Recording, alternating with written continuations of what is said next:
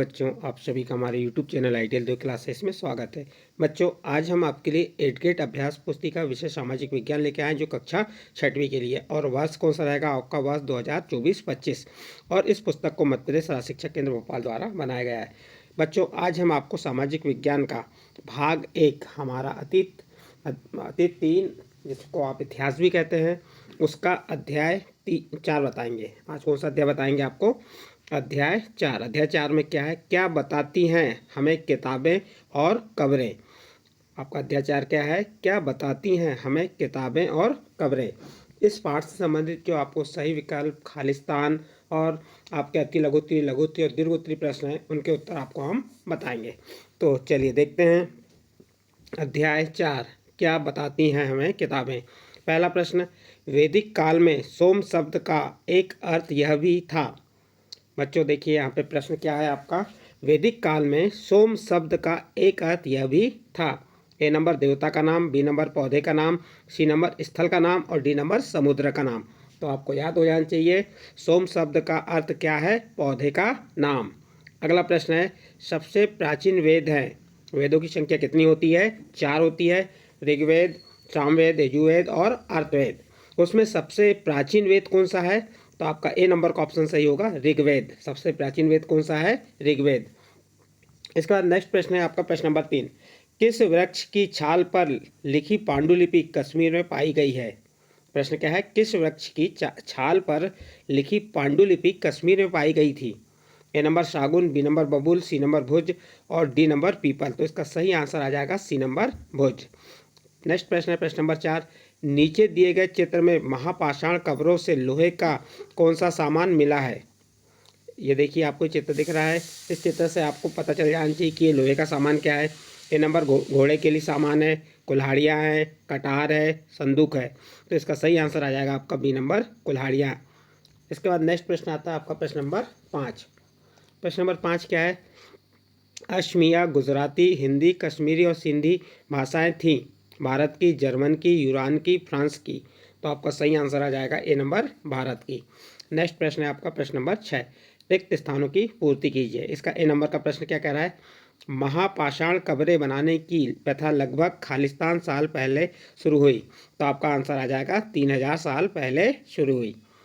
Next प्रश्न है आपका बी नंबर का, चरक ने अपनी गिनती में दांत, हड्डियों के जोड़ और खालिस्तान को जोड़कर हड्डियों की संख्या 360 बताई। तो यहाँ पे आ जाएगा आपका कार्टिलेज। खालिस्तान क्या आ जाएगा? कार्टिलेज।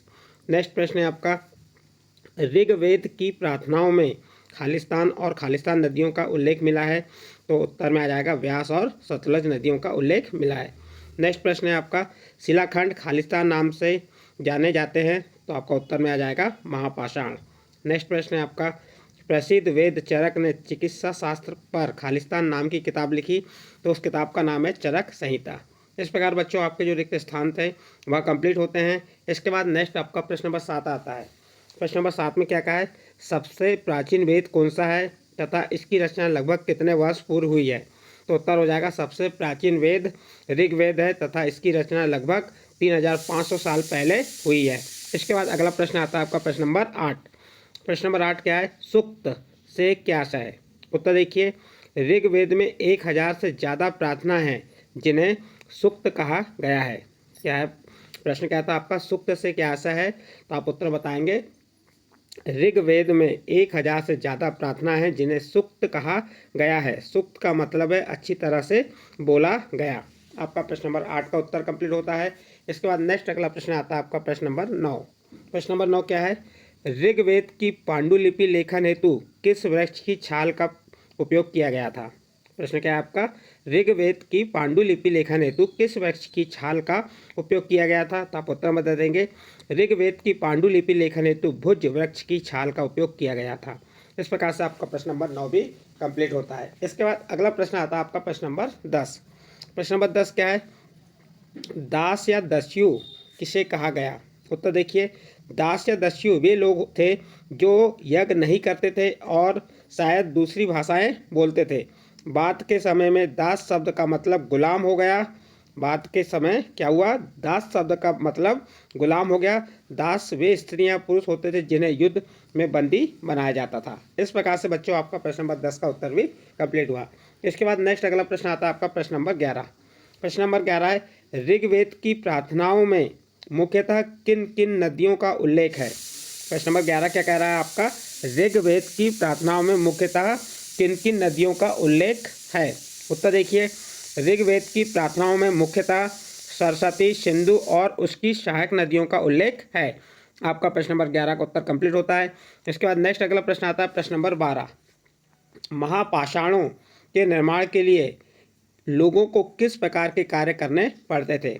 उत्तर देखिए, महापाषाणों के निर्माण के लिए लोगों को कई तरह के काम करने पड़ते थे, जैसे गड्ढे खोदना, शिलाखंडों को ढोकर लाना, बड़े पत्थरों को तराशना और मरे हुए को दफनाना आदि।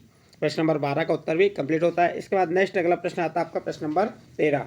प्रश्न नंबर 13 क्या है, महापाषाणों में एक से अधिक कंकाल मिले, वह किस बात को स्पष्ट करता है। उत्तर देखिए, महापाषाणों में एक से अधिक कंकाल मिले हैं, वे यह दर्शाते हैं कि शायद एक ही परिवार के लोगों को एक ही स्थान पर अलग अलग समय पर दफनाया गया था।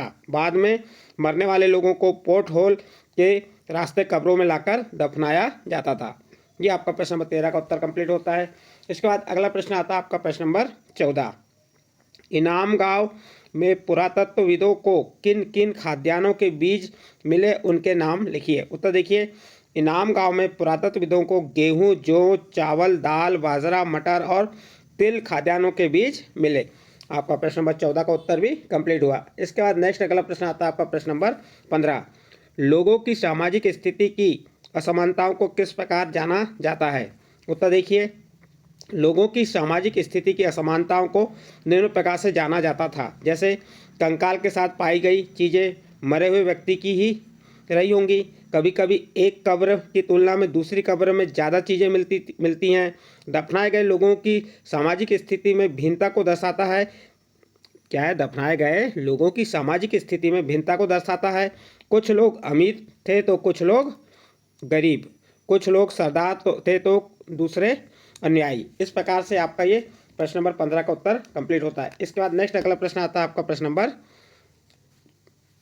16। प्रश्न नंबर 16 क्या है, प्रश्न नंबर 16 है, युद्ध में जीते गए धन का बंटवारा किस प्रकार किया जाता था। उत्तर देखिए, युद्ध में जीते गए धन का कुछ भाग सरदार रख लेते थे तथा कुछ हिस्सा पुरोहित को दिया जाता था।